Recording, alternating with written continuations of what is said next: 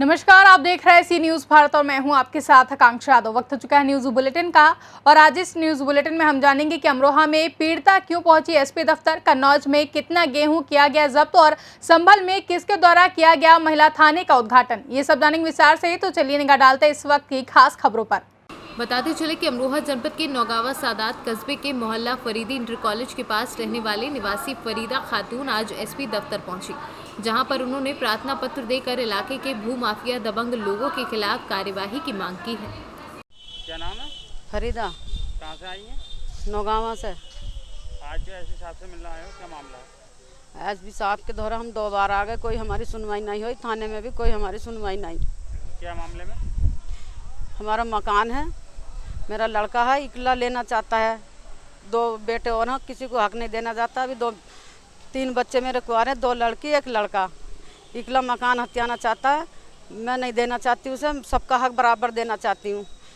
मैं मकान में रह रही हूँ तो आए दिन गेट के ताले लगा दे है और मारपीट कर दी। एक दिन 11 बजे किराएदार को, रात के 11 बजे किराएदार को साथ लेकर गेट खुलवा लिया। मेरी लड़की गेट खोलने गई, उसे हो मारा और मुझे और मेरे पति को और मेरी बहू को कमरे में आके बहुत मारा। और बचाने वाले भी और मारने वाले भी बहुत थे। शहजाद था, नौसाद था, अशरफ था और उसके साथ थे। मैं उन्हें और किसी को नहीं जानती और सरफराज था। आपने पुलिस में कार्रवाई कराई, अपने तहरीर दी है? 16 नंबर को भी फ़ोन करा, 12 नंबर को भी फ़ोन करा, कोई हमारी सुनवाई नहीं हुई। जब वो अपने घर थाने भी गई, जब वो मारपीट के अपने घर चले गए, जब पुलिस गई तो ना बुढ़िया मकान खाली कर मकान पर कब्जा कर रही है। ये डंडा दिखाने का ना होता, मारने का होता। पुलिस भी इतनी कह के अपने आ गई। मतलब वो प्रॉपर्टी के कागज कहना तो नहीं चाहिए हमें इस बात को, तो वहाँ पुलिस ने कोई कार्रवाई नहीं की?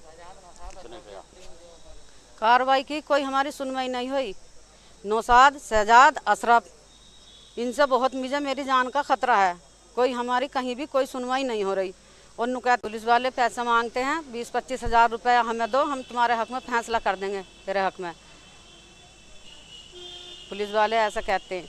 अब मैं मकान में चली जाऊँ, आए दिन बाहर का गेट का ताला भी लगा देते हैं। कई दफ़े 2 बार पुलिस ने भी जा के बस ताला खुलवा के घर आ जाते हैं। उन्हें कहते तुम इन्हें ताला क्यों अंदर बंद कर देते हो ताले में। अशरफ से, नौसाद से, शहजाद से बहुत मुझे खतरा है मेरी जान की। और सरफराज से, वो मेरे दुश्मन है। जो भी कुछ करेंगे तो वो करेंगे मेरे साथ। परिवार वालों को भी खतरा है। मेरे छोटे लड़के को, मुजाहिद को बहुत खतरा है उससे। अमरोहा से सीनू संवाददाता गौरव श्रीमाली की रिपोर्ट। बिजनौर में संदिग्ध परिस्थितियों में नहर में तैरती मिली 2 लाशें। प्रेमी प्रेमिका की हो सकती है लाशें, पुलिस मौके पर रही मौजूद। ये पूरी घटना नूरपुर मार्ग स्थित छोटी नहर की है। बिजनौर से सीनू संवाददाता सलीम हाशमी की रिपोर्ट। बिजनौर अंतर्गत थाना कोतवाली चांदपुर के ब्लॉक जलीलपुर क्षेत्र में कच्ची शराब बनाने के आरोप में पुलिस ने 3 लोगों को गिरफ्तार किया है। पुलिस ने मौके से 50 लीटर कच्ची शराब, भारी मात्रा में लहन तथा शराब बनाने के उपकरण बरामद किए हैं। ब्लॉक जलीलपुर अंतर्गत पांडवनगर पुलिस चौकी को मुखबिर ने सूचना दी थी कि काले बाहे के किनारे खादर क्षेत्र में कुछ लोग शराब बनाकर बेचने का काम कर रहे हैं। पुलिस ने त्वरित कार्यवाही करते हुए 17 जून को समय 11 बजे मुखबिर के द्वारा बताए गए स्थान पर छापामार कार्यवाही की है। पुलिस ने मौके से कावेंद्र सिंह पुत्र सुखराम सिंह, गौरव पुत्र सोमपाल, सौरभ पुत्र सोमपाल, थाना मंडी धनौरा स्थित ग्राम पहाड़पुर निवासी 3 लोगों को गिरफ्तार किया है। बताइए, 3 आरोपी पकड़े गए सर, क्या पूरा मामला सर?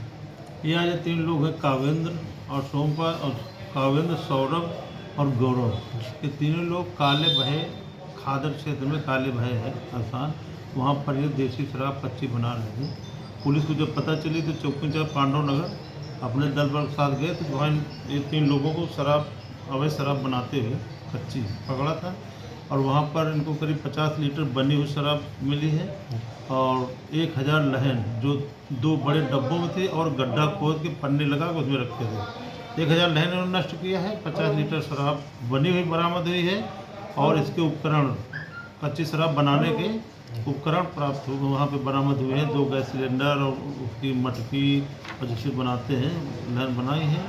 इनके संबंध में मुकदमा पंजीकृत करके इनको न्यायालय रवाना किया जा रहा सर है। क्या और भी आरोपी हैं सर इसमें? नहीं, फिलहाल ये 3 ही थी वहाँ पर, तीनों पकड़ लिए गए हैं और आरोपियों के बारे में जो बनाते हैं उनके बारे में जानकारी की जा रही है। जैसे जानकारी होती है तो उनके खिलाफ भी कानूनी। बिजनौर से सीनू संवाददाता सलीम हाशमी की रिपोर्ट। मामला सीएचसी कालपी से जुड़ा है, जहां पर सीएचसी के चिकित्सा अधिकारी डॉक्टर उदय कुमार जहां पर शहर कालपी में बिना कोरोना का इंजेक्शन दिए ही लोगों को काट दे रहे हैं। मामला बेहद ही गंभीर है। लोग जिन डॉक्टरों के सहारे जिंदगी को छोड़ रखे हैं, उन्हीं के द्वारा उनको अंधेरे में रखा जा रहा है। साथ ही समाज को भयंकर रूप से मौत के मुंह में धकेला जा रहा है। जब संवाददाता ने आसपास एक इलाकों में पता किया तो सच बहुत ही भयानक रहा। लोगों ने बताया कि डॉक्टर उदय कुमार जो कालपी में तैनात हैं, वो बहुत ही दारूबाज हैं तथा बेहद गलत तरीके से काम करते हैं, जिसमें हमें बताने में शर्म आ रही है। वहीं दोषी डॉक्टर पर कार्यवाही हो और जांच पड़ताल हो। आज के बाद सर मैं गलती नहीं करूँगा और मैं बार बार निवेदन के साथ ये कहूँगा कि सर आज के बाद शराब बिल्कुल नहीं पीऊँगा, एक बूंद शराब नहीं पीऊँगा, एक बूंद शराब नहीं पीऊँगा, और अगर मैं शराब पी तो मुझे आप माफ़ नहीं करेंगे और मुझे कड़ी से कड़ी सज़ा, मेरी मौत तक की सज़ा का मुझे दीजिएगा, मुझे स्वीकार होगा। कोशिश ये करूँगा। जालौन से सीनू संवाददाता निखिल तिवारी की रिपोर्ट। माध्यमिक वित्त विहीन शिक्षक महासंघ उत्तर प्रदेश जिला इकाई झांसी के तत्वाधान में जिलाधिकारी को ज्ञापन सौंपा गया, जिसमें प्रदेश के माध्यमिक वित्त विहीन इंटर कॉलेजों में कार्यरत शिक्षकों को सम्मानजनक मानदेय देने, आर्थिक पैकेज जारी करने एवं 1 जुलाई से विद्यालय खोलने के आदेश जारी करने की मांग की गई। इस दौरान ज्ञान स्थली इंटर कॉलेज की प्रधानाचार्य अर्चना गुप्ता ने बताया कि वित्त विहीन शिक्षक इस समय भुखमरी की कगार पर हैं। विद्यालय बंद हैं। कोचिंग, ट्यूशन, एजुकेशन से जुड़ी तमाम संस्थाएं कोरोना महामारी में लॉकडाउन के कारण सब बंद चल रहा है, जिसमें वे सरकार से मांग करती हैं कि वित्त विहीन शिक्षकों के भरण पोषण के लिए उनकी पारिवारिक स्थिति को देखते हुए शासन को उन्हें मानदेय देना चाहिए। ऐसी 4 सूत्रीय मांगों को लेकर जिलाधिकारी को ज्ञापन सौंपा गया है। वित्त विहीन शिक्षक इस समय बहुत भुखमरी की कगार पर हैं, क्योंकि विद्यालय बंद है, कोचिंग, ट्यूशन, तमाम सब चीज़ें बिल्कुल लॉकडाउन के कारण बंद हो गया कोरोना महामारी में। हमारी मांग है कि वित्त विहीन शिक्षकों के भरण पोषण के लिए उनके पारिवारिक स्थिति को देखते हुए तत्काल प्रभाव से शासन को उन्हें मानदेय देना चाहिए। हम लोग इस मानदेय की मांग को लेकर माननीय जिलाधिकारी महोदय को ज्ञापन देने के लिए आए। झांसी से कैमरा पर्सन प्रभात साहनी के साथ राजीव सक्सेना की रिपोर्ट। अयोध्या में राम जन्मभूमि ट्रस्ट द्वारा राम मंदिर के निर्माण के लिए पूरे देश से किए गए चंदे की धनराशि का दुरुपयोग कर जमीन खरीदने और उसे दोगुनी कीमत पर बेचे जाने के मामले को लेकर कांग्रेस ने हमला बोला है। जिलाधिकारी के माध्यम से देश के राष्ट्रपति के नाम संबोधित ज्ञापन देते हुए कांग्रेसियों ने इस पूरे प्रकरण की सर्वोच्च न्यायालय के न्यायाधीश से जांच कराए जाने की मांग की है। कांग्रेस के पूर्व केंद्रीय मंत्री प्रदीप जैन आदित्य ने कहा कि देश भर के 7 लाख से अधिक गांव के लोगों ने अपने खून पसीने की कमाई से आस्था के प्रतीक भगवान राम के मंदिर के निर्माण के लिए चंदा दिया था, लेकिन उस राशि से मंदिर परिसर के कुछ किलोमीटर की दूरी पर जमीन खरीदी गई और महज 5 मिनट में उस जमीन की 9 गुना कीमत पर बेच दिया गया। उन्होंने कटाक्ष किया कि पहले लोग कश्मीर में प्लॉट खरीदने की सोचा करते थे, लेकिन इस प्रकरण के बाद अब सभी अयोध्या में ज़मीन खरीदने की सोच रहे हैं, क्योंकि वहां पर 5 मिनट में ज़मीन की कीमत 9 गुना हो रही है। उन्होंने कहा कि शंकराचार्य तथा ट्रस्ट के लोग भी इस पर सवाल उठा रहे हैं और यदि यह गलत है तो ट्रस्ट के जिम्मेदार लोग, भाजपा के जिम्मेदार लोग सवाल उठाने वालों के खिलाफ मानहानि की कार्यवाही क्यों नहीं कर रहे। उन्होंने कहा कि इस पूरे मामले में ज़बरदस्त भ्रष्टाचार हुआ है, जिसकी सर्वोच्च न्यायालय की सीटिंग न्यायाधीश से जांच कराया जाना जरूरी है। इस दौरान शहर अध्यक्ष अरविंद वशिष्ठ सहित अनेक कांग्रेसी मौजूद रहे। मर्यादा पुरुषोत्तम राम पूरी दुनिया में आस्था के प्रतीक हैं और लोगों ने अपनी खून पसीने की कमाई से आत्मविश्वास के साथ घर घर से पैसा दिया है। हमारे 7,56,383 गांव से पैसा इकट्ठा होकर राम मंदिर के भव्य निर्माण के लिए गया और ऐसे में उसका भ्रष्टाचार ये हिंदुस्तान वासी कभी सहन नहीं करेंगे। आदरणीय शंकराचार्य स्वयं कह रहे हैं, ट्रस्ट के लोग कह रहे हैं कि इसकी सीबीआई जांच हो, और अगर इतने पाक साफ हैं तो ये मानहानि का मुकदमा क्यों नहीं दायर करते। अगर ये कह रहे हैं कि ये आरोप झूठा है तो आरोप लगाने वाले जो लाखों लोग हैं, जो विभिन्न राजनीतिक दलों के लोग हैं, उन पर मानहानि का मुकदमा दायर करें। एक कमरे में रहते, एक उसमें रहते, विषय ये नहीं है। विषय ये है कि करोड़ों लोगों की आस्थाओं के साथ खिलवाड़ किया गया। जिस तरह से पूरे देश से चंदा बटोरा गया, और वो चंदा मर्यादा पुरुषोत्तम राम के निर्माण के लिए था। मंदिर के परिसर से 9 किलोमीटर दूर एक जमीन खरीदी गई और 5 मिनट के अंदर उसकी कीमत 9 गुना बढ़ गई। ऐसा तो हिंदुस्तान में कहीं नहीं हो सकता। लोग कश्मीर में प्लॉट खरीदने की सोच रहे थे, अब उनके दिमाग में आ रहा है हम कश्मीर में प्लॉट ना खरीदें, अयोध्या में खरीदें, क्योंकि वहाँ 5 मिनट में 9 गुनी कीमत बढ़ रही।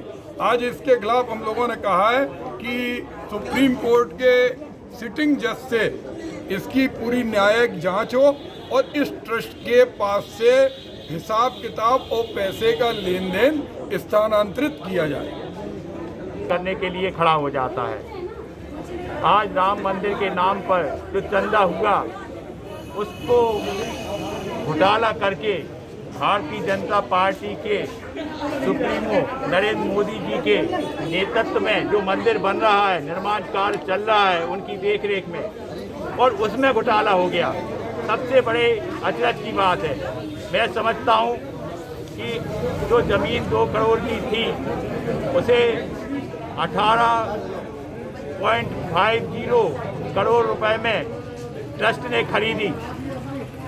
5,50,000 रुपए प्रति सेकंड जमीन के रेट बढ़े। ये एक विश्व रिकॉर्ड बन गया है। भाजपा के अंदर चमत्कार होते रहते हैं, और एक चमत्कार अयोध्या में देखने मिला कि इतनी गति से जमीन के रेट बढ़ गए। ऐसे ही अमित शाह की संपत्ति जो उनके पुत्र की थी 50,000 से कई गुना 16 गुना बढ़ गई। तो ऐसे चमत्कार आपको कहीं और देखने को नहीं मिल सकते, केवल भारतीय जनता पार्टी के अंदर देखने मिल सकते। आज राम के नाम पर जो लूट उत्तर प्रदेश में अयोध्या में हुई है, उसके खुलासा के लिए हम लोगों ने यहाँ पर एक ज्ञापन दिया है। जिलाधिकारी जी के महोदय के द्वारा माननीय महामहिम को हम लोगों ने एक ज्ञापन दिया है। हम चाहते हैं कि इसकी निष्पक्ष जांच हो और दोषियों के खिलाफ कार्रवाई हो। इस अवसर पर हमारे साथ भारत सरकार के पूर्व मंत्री प्रदीप जैन आदित्य जी, राजेंद्र शर्मा जी, इम्तियाज हुसैन जी, राहुल राय जी, मणिराम कुशवाहा जी, प्रभा। झांसी से कैमरा पर्सन प्रभात सानी के साथ राजीव सक्सेना की रिपोर्ट। कन्नौज में खेत में चोरी छुपे डंप करके रखा गया 50 कुंटल सरकारी गेहूं पकड़ा गया। नायब तहसीलदार ने छापा मारा। गेहूं की सरकारी बोरियों से निकालकर सामान्य पीली बोरियों में भरा जा रहा था सरकारी गेहूं। नायब तहसीलदार भूपेंद्र विक्रम सिंह के छापे की जानकारी मिलने पर भागे माफिया 100 बोरी गेहूं जब्त किया। मामले में आगे की जांच करेगा कन्नौज का पूर्ति विभाग। छापामार कार्रवाई हुई है, किस प्रकार की कार्रवाई थी, कहां पर और कितना अनाज पकड़ा गया है? आज क्षेत्रीय खाद्य अधिकारी श्री मनोज गहराना जी के द्वारा सूचना दी गई कि मौसमपुर मौरारा में खेतों के बीच में लगभग 100 पैकेट के आसपास गेहूं, सरकारी जो गेहूँ है और डंप है, सरकारी बोरियों में सील भी था। जब हम लोग वहाँ पे पहुँचे तो वहाँ पे कोई मिला नहीं, लेकिन 100 बोरी वहाँ छोड़ के लोग भाग गए थे, क्योंकि चारों तरफ वहाँ पे मक्का खड़ी हुई है। और हम लोगों ने वहाँ पे देखा कि जो सरकारी गेहूँ था उसको पीली बोरियाँ, जो वैसी बोरियाँ होती उसमें लोग भर रहे थे। उसके बाद उसको आज जब्त करके सरकारी गोदाम जो है वहाँ पे सुपुर्द कर दिया गया है। सरकारी जो सप्लाई विभाग है वो आगे की विधिक कार्रवाई करेगा। सर, क्या जानकारी हो पाई है कि गेहूं कहाँ से लाया गया था और कहाँ जा रहा था, इस तरीके से? क्योंकि वहाँ पे कोई अभी मिला नहीं था, हम लोगों ने वहाँ से पूछताछ भी की। जो आसपास लेबर लोग काम कर रहे थे तो उन्होंने बताने से मना कर दिया कि उनको जानकारी नहीं है। कन्नौज से सीनू संवाददाता लखन प्रताप सैनी की रिपोर्ट। अपर पुलिस महानिदेशक प्रयागराज जोन प्रयागराज के निर्देशन में पुलिस उप महानिरीक्षक वरिष्ठ पुलिस अधीक्षक प्रयागराज द्वारा अपराध एवं अपराधियों के विरुद्ध चलाए जा रहे अभियान के तहत पुलिस अधीक्षक यमुना पार व पुलिस अधीक्षक अपराध के निर्देशन एवं क्षेत्राधिकारी 12 के पर्यवेक्षण में अपराधियों अंकुश लगाने हेतु दिन प्रतिदिन युद्ध स्तर पर कार्य किया जा रहा है। इसी क्रम में थानाध्यक्ष लालापुर के नेतृत्व में लालापुर पुलिस टीम व प्रभारी zonal surveillance team zone Prayagraj द्वारा समूचे थाना क्षेत्र में अपराधियों पर नकेल कसने हेतु तेजी से प्रयास किए जा रहे हैं। लूट एवं अन्य गतिविधियों पर रोक लगाने हेतु प्रमुख स्थानों पर वाहन चेकिंग का कार्य तेजी से किया जा रहा है।